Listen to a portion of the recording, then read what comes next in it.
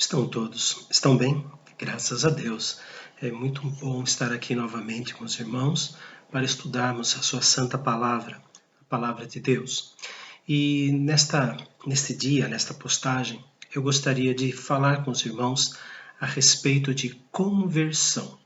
Conversão. O que é realmente um convertido? O que acontece no íntimo de uma pessoa que é convertida pelo Espírito Santo?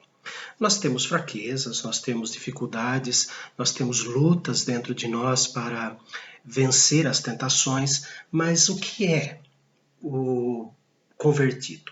Como é? Sabemos que existem duas igrejas. A igreja visível é aquela que nós vemos, os irmãos que nós contemplamos, e a igreja invisível, que é aquela que Deus vê. Nós só vemos por fora, só vemos as atitudes externas, só vemos o externo do ser humano, mas Deus conhece o íntimo de cada um. Além de conhecer o íntimo de cada um, Deus ainda conhece o livro da lei, conhece o livro da vida, conhece todo o plano que Ele traçou para a nossa vida. Então, Deus que sonda os nossos corações, Deus que esquadrinha os nossos pensamentos, conforme Isaías nos diz, Ele sabe quem são realmente os cristãos, quem são realmente os convertidos e quem são os convencidos. Isso, nesse jogo de palavras, nós vemos que existem dois grupos diferentes na igreja visível, aquela que eu posso ver, o externo, os convencidos e os convertidos. Quem são os convencidos? São aquelas pessoas carentes que acham que estar dentro de uma igreja vai resolver o seu problema de carência. Sim, porque lá, quando acabar o coronavírus, nós vamos voltar a fazer isso. Lá as pessoas me abraçam, lá as pessoas me beijam, lá as pessoas perguntam como eu estou, lá as pessoas me visitam, as pessoas se interessam por mim. E isso faz bem. Mas isso não é ser convertido. É convencido de que aquele lugar, aquele ambiente é algo que me traz prazer, que me traz sossego, que me traz coisas boas. Porém, isso é momentâneo. Isso é momentâneo, porque a partir do momento em que alguém deixa de me cumprimentar, deixa de me abraçar, deixa de me beijar, deixa de se preocupar comigo, de perguntar como eu estou, opa, aquela pessoa já não gosta mais de mim. E aí, o convencido começa a espalhar intrigas. Começa a dizer, tá vendo? Aquela pessoa por fora bela viola, por dentro pão bolorento. Aqui na igreja me cumprimenta, na rua vira cara. Então, o convencido, ele nunca permanecerá com o fruto do Espírito Santo, por um motivo óbvio. Ele não tem o Espírito Santo. Porque ele tem uma força de vontade humana, apenas humana. Ele não consegue perdoar, ele não consegue orar pelos inimigos, ele não consegue enfrentar as dificuldades com fé, ele não consegue estudar a palavra de Deus, ele não consegue orar. Vive repetindo frases, mas não orar, conversar com Deus, falar tudo o que está sentindo para Deus. Então, o que é ser um convertido? Convertido. O que acontece dentro de uma pessoa quando ela é convertida pelo Espírito Santo? Eu chamo a atenção de vocês e peço que abram o livro de Ezequiel, profeta Ezequiel, capítulo 36, Ezequiel 36, versículos 26 e 27. Ezequiel 36, 26 e 27, diz assim: Dar-vos-ei coração novo, e porei dentro em vós espírito novo. Tirarei de vós o coração de pedra, e vos darei coração de carne. Porei dentro em vós o meu espírito, e farei que andeis nos meus estatutos, guardareis os meus juízos e os observareis. Uma completa transformação de sentimentos, uma completa transformação do ser humano. Nós somos transformados. Aquele covarde já não é mais covarde, agora é prudente. Nem sempre o corajoso é prudente. Nem sempre o corajoso é sábio. Então, Ezequiel nos diz que existe uma transformação da pessoa. Jesus, quando conversou com Nicodemos, lá no Evangelho de João, capítulo 3, Evangelho escrito por João, capítulo 3, Nicodemos era um dos principais judeus, ele era um fariseu muito experimentado, era um homem sábio, né? E daí foi conversar com Jesus num horário assim meio escondido, e no versículo 3 de João 3, Jesus fala o seguinte: a isto respondeu Jesus. Desculpe, qual foi a pergunta? É o versículo 2. Este de noite foi ter com Jesus e lhe disse: Rabi, sabemos que és mestre vindo da parte de Deus, porque ninguém pode fazer estes sinais que tu fazes se Deus não estiver com ele. Então, ele diz, né, que reconhece que Jesus é alguém enviado diretamente por Deus. A isto respondeu Jesus: em verdade vos digo que se alguém não nascer de novo, não pode ver o reino de Deus. Nascer de novo. Aí Nicodemos fala: como que eu, velho, vou entrar na barriga da minha mãe? Como que ela vai me gerar novamente? Aí Jesus usa um jogo de palavras em grego muito interessante, no versículo de número 6. O que é nascido da carne é carne. Perdão. O que é nascido da carne é carne, o que é nascido do espírito é espírito. O que é nascido, gerado pela mãe, que passa por uma gestação, é carne. Mas o nosso espírito pode ser gerado pelo próprio Espírito Santo. Anotem, de cima para baixo. Aquele que nasce apenas no ambiente terreno é terreno. Mas aquilo que o Espírito Santo faz nascer de novo é transformado. Ele é totalmente mudado. O apóstolo Pedro, na sua primeira carta primeira carta de Pedro, capítulo 1, versículo 23, ele diz assim: Pois fostes regenerados, não de semente corruptível, carne que se corrói, que estraga, que envelhece, mas de incorruptível, mediante a palavra de Deus, a qual vive e é permanente. Nós nascemos de novo, nascemos do Espírito Santo, quando o nosso íntimo é totalmente mudado. Quando nós temos uma vida nova, é como se nós nascêssemos outra vez. Isso se chama, na conversão, a completa transformação da pessoa. Vamos ver agora Romanos capítulo 6. Romanos capítulo 6 vai falar sobre a completa entrega a Deus. Aquele que é convertido se entrega completamente nas mãos de Deus. Tem o domínio, tem Deus como seu guia. O que importa é obedecer o que Deus está lhe dando. O que importa é obedecer o caminho que o Senhor está fazendo, mas faz uma entrega total. Às vezes a entrega do convencido é o seguinte: entrega, fecha os olhos e canta no louvor e se arrepia, mas na hora de entregar o seu caminho ao Senhor, ele confia nele mesmo. Ele não entrega, ele não faz aquela oração profunda que Jesus fez. Não seja como eu quero, mas como tu queres. Já o convertido sabe que Deus é Pai, sabe que Deus é amor. Então ele se entrega completamente a Deus e sabe que todas as decisões que Deus está tomando na vida dele são decisões importantes e melhores do que as suas próprias decisões. Se oferece completamente a Deus, não só a mente, mas o corpo também. Romanos capítulo 6, que eu falei aos irmãos, versículos 13 e 14. É uma mania minha. Eu peço para ler o 13, mas na verdade começa no 12. Eu tenho esse problema, mas vamos lá. Romanos capítulo 6, a partir do versículo 12. Não reine, portanto, o pecado em vosso corpo mortal, de maneira que obedeçais às suas paixões, nem ofereçais cada um os membros do seu corpo ao pecado como instrumentos de iniquidade. Iniquidade é dolo, iniquidade é calcular o pecado. como instrumentos de iniquidade, mas oferecei-vos a Deus como ressurretos dentre os mortos e os vossos membros a Deus como instrumentos de justiça. Porque o pecado não terá domínio sobre vós, pois não estáis debaixo da lei, e sim da graça.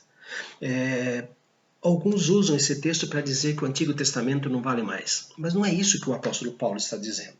O apóstolo Paulo está dizendo que nós não estamos mais debaixo da condenação da lei, que foi o motivo da morte do Senhor Jesus. E o Senhor Jesus morreu, pagou o nosso escrito de dívida que era contra nós, pagou pelas nossas multas da lei, e agora, ao ressuscitar, ele nos dá a justificação.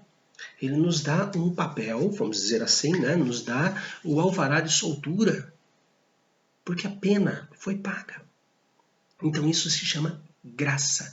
Nós não estamos mais debaixo da condenação da lei por causa de Cristo. Nós estamos agora debaixo da graça. Então o cumprir a lei, o oferecer os meus membros como instrumentos de justiça, oferecer a minha língua, oferecer os meus olhos, os meus ouvidos, oferecer as minhas mãos, oferecer os meus talentos naturais a Deus, agora é por motivo de gratidão, porque nós estamos debaixo da graça e não fui eu que conquistei a graça. Eu ganhei a graça. Ganhei a graça. Tanto que Paulo, aos Romanos, no capítulo 3, fala que nós fomos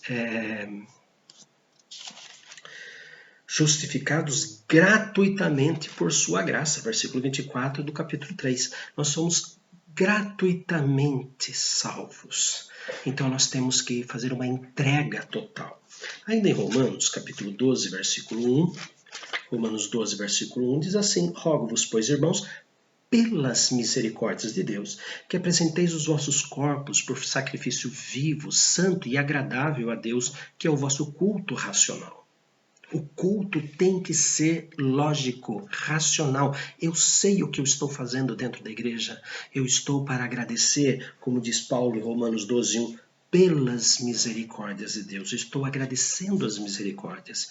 E só dentro do livro de Romanos, antes do capítulo 12, antes desta mudança de assunto que o apóstolo Paulo fala, ele fala: rogo-vos, pois. Rogo-vos como consequência dos atos de misericórdia. Deus apresentou 10 atos de misericórdia aqui em Romanos. O primeiro foi a justificação, justificados gratuitamente por sua graça. O segundo foi a reconciliação. O terceiro foi a graça abundante. O quarto foi a nossa identificação com Cristo. O quinto é a permanência do Espírito Santo no nosso íntimo. O sexto é a eleição. O sétimo é a segurança que a eleição nos traz. O oitavo é a glorificação final, nos foi garantida. E aos que predestinou, a esses também chamou, e aos que chamou, a esses também justificou, e aos que justificou, a esses também glorificou. O nono ato de justiça é uma herança que possuímos com Cristo. Cristo vai dividir a sua herança como Filho único de Deus, unigênito de Deus, mas primogênito de Maria e primícia dos que dormem. Ele vai repartir a herança que ele tem conosco. E por fim, os decretos benéficos de Deus. Deus decreta a vida para nós. Existe uma entrega total ao Senhor. Uma terceira marca de um convertido é a reformulação, a renovação do seu interior é profunda. O seu íntimo é profundo. Segunda carta aos Coríntios, capítulo 5. Segunda carta aos Coríntios, capítulo 5. Eu vou fazer uma brincadeira aqui que eu sempre faço, né? Essa história de que eu nasci assim, eu cresci assim, eu vou ser sempre assim, está errada. Eu nasci de um jeito, eu cresci de um jeito, mas Deus me converteu para ser de outro jeito. Essa expressão que eu falei, eu nasci assim, eu cresci assim, vou ser sempre assim, é uma antiga música que no final dizia assim, eu nasci assim, eu cresci assim, vou ser sempre assim, e gritava, Gabriela. Era o tema de uma personagem de uma novela lá dos anos coisa do milênio passado, dos anos 70, 80, mais ou menos, do milênio passado. Se falar de século não, é milênio passado. Mas não é assim, o Espírito Santo nos renova o interior. Eu não vou ser sempre assim, porque existe o nascimento de cima para baixo, anotem. De cima para baixo. Então, segunda carta aos Coríntios, capítulo 5, versículo de número 17, diz assim: E assim, se alguém está em Cristo, é nova criatura. As coisas antigas já passaram, eis que se fizeram novas. Tudo é novo em Cristo Jesus. Tudo muda em Cristo Jesus. O apóstolo Mateus, o apóstolo Mateus, escreveu no capítulo 18 do Evangelho, Mateus capítulo 18, ele escreveu o versículo de número 3. Ele fala assim, Mateus 18, 3.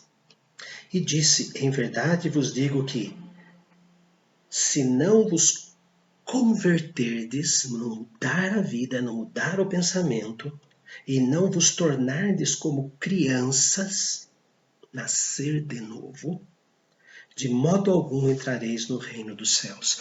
Nós temos que nascer de novo, nos tornar crianças. Por que fala sobre crianças? Vinde a mim, as crianças, porque dos tais é o reino dos céus. Por que ele faz essa comparação? Porque quando nós nascemos de novo, nós temos que aprender tudo de novo. Nós temos que aprender a andar, temos que aprender a sentir, temos que aprender a amar. Temos que aprender a respeitar aquilo que antigamente não respeitávamos. Então começa uma nova criatura. As coisas antigas já passaram. Temos que ter o sentimento para com Deus como se nós fôssemos um bebezinho e dependêssemos da nossa mãe, do nosso pai, para tudo. Para dormir, para comer, para sermos limpos, para aprendermos a andar, aprendermos a falar. Então nós temos que ter esse sentimento de criança de colo com relação a Deus. Por isso que significa renovar todo o nosso interior. O apóstolo Paulo, escrevendo para Tito, ele coloca nessas palavras, carta de Paulo a Tito, capítulo 3, versículo 5. Não por obras de justiça praticadas por nós, mas segundo sua misericórdia, ele nos salvou mediante o lavar regenerador e renovador do Espírito Santo. O lavar regenerador do Espírito Santo. Que maravilha! Que ótimo que ele fez conosco. Bem, o que é a conversão? É uma transformação completa da pessoa, é uma entrega completa a Deus, é uma renovação do nosso íntimo e é uma luta. É a rejeição da nossa velha natureza. Isaías, capítulo 55. Isaías, capítulo 55, versículo de número 7. Isaías 55, 7.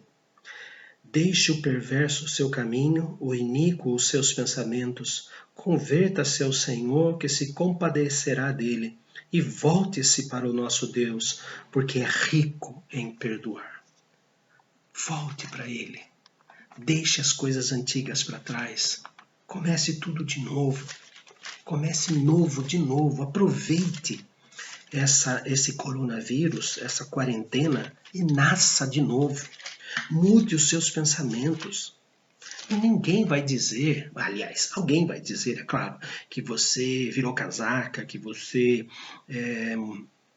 como se diz, Maria vai com as outras. Mas o que importa é a sua alma. O que importa é para onde vai a sua alma. Isaías, que acabamos de ler, 55:7, no versículo 6, diz: Buscai o Senhor enquanto há tempo. Invocai-o enquanto está perto, porque chegará o tempo que não vai adiantar.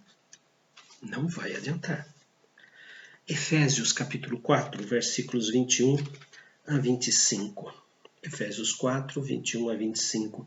Fala da rejeição da nossa inclinação. Eu nasci assim, eu cresci assim, não vou ser sempre assim. Houve uma mudança de caráter na nossa vida. Então ele diz assim em Efésios 4, 21 a 25. Se é que de fato tendes ouvido e nele fostes instruído, em Jesus, segundo é a verdade de Jesus, no sentido de que, quanto ao trato passado, vos despojeis do velho homem, retire isso do velho homem, que se corrompe segundo as concupiscências, segundo os pensamentos rápidos, os desejos malignos, segundo as concupiscências do engano, e vos renoveis no espírito humano. O seu espírito tem que mudar, tem que ser reformado, regenerado, e renoveis no espírito do vosso entendimento, e vos revistais, vista uma nova roupa, do novo homem criado segundo Deus, em justiça, morte na cruz, em retidão procedentes da verdade. Eu sou o caminho e a verdade e a vida. Ninguém vem ao Pai senão por mim. Por isso, deixando a mentira, cada um fale a verdade com o seu próximo, porquanto somos membros uns dos outros. Fazemos parte de um novo corpo, chamado Corpo de Cristo. Somos novas criaturas, as coisas antigas passaram e tudo se fez novo. O que é a conversão? É a completa transformação da pessoa, é a entrega completa a Deus, é a renovação do seu interior, do lugar onde nascem as suas emoções, o seu coração, e é uma luta para deixar as coisas antigas para trás, para deixar o temperamento para trás, uma mudança de vida para sermos uma nova pessoa. Santo Deus, nós queremos agradecer porque o Teu Espírito Santo é que fala dentro de nós e nos muda, Senhor, o caráter, nos muda, Senhor, os pensamentos e as atitudes. Senhor, todos estes que estão ouvindo e vendo este vídeo, o Senhor conhece o íntimo de cada um deles, sabe o que cada um precisa, sabe se fazem parte da igreja invisível ou apenas da igreja visível. O Senhor sabe se eles são convertidos ou convencidos. Agora eu peço, Senhor, que aos convertidos o Senhor mantenha forças, mantenha a eles, Senhor, a consagração e o desejo de Te agradar, e que nada venha afastá-los disso. E agora, Senhor, aos que são convencidos, nós pedimos, converte realmente esses corações, faça com que eles nasçam de novo, quebra e tira o coração de pedra e coloque, Senhor, um coração de carne, para que possam sentir a Tua graça, a Tua misericórdia, o Teu amor, a Tua fidelidade, e assim compartilhem conosco, Senhor, da vida eterna. Dá, Senhor, uma transformação na vida de cada um, em nome e por amor de Jesus e para a glória de Jesus. Amém. Tenham todos um ótimo restante de dia e que Deus continue abençoando a cada um.